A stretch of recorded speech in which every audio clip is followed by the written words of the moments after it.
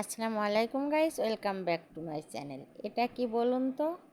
বলতে পারবেন না, আমি জানি। এটা কি এবার আমি বলে দিই, এটা হচ্ছে পাঙাশ মাছের তেল। পাঙ্গাস মাছের তেল প্রচুর ছিল, মানে পেট ভর্তি। এইগুলো আমি আলাদা করে জ্বালিয়ে নিচ্ছি। এটা জ্বালিয়ে ঠান্ডা করে একটা কাঁচের বয়ামে পুরে রেখে দিব। শাক টাক ভাজি করে খেতে দারুণ লাগে। আর ওই যে ওইগুলো না তেল বের হয়ে গেছে, এইগুলো অনেক করে পেঁয়াজ রসুন ঝাল দিয়ে এটা আলাদা করে ভেজে খাবো। এটাও খেতে আর এক রকম টেস্ট। এভাবে আপনারা তৈরি করে নিতে পারেন, কারণ পাঙ্গাস মাছ সবাই খায় আর ওতে পর্যাপ্ত তেল থাকে, তেলটা ভালো লাগে না। এইভাবে তেল করে ছেঁকে গুছিয়ে রেখে দিতে পারেন। আল্লাহ হাফেজ।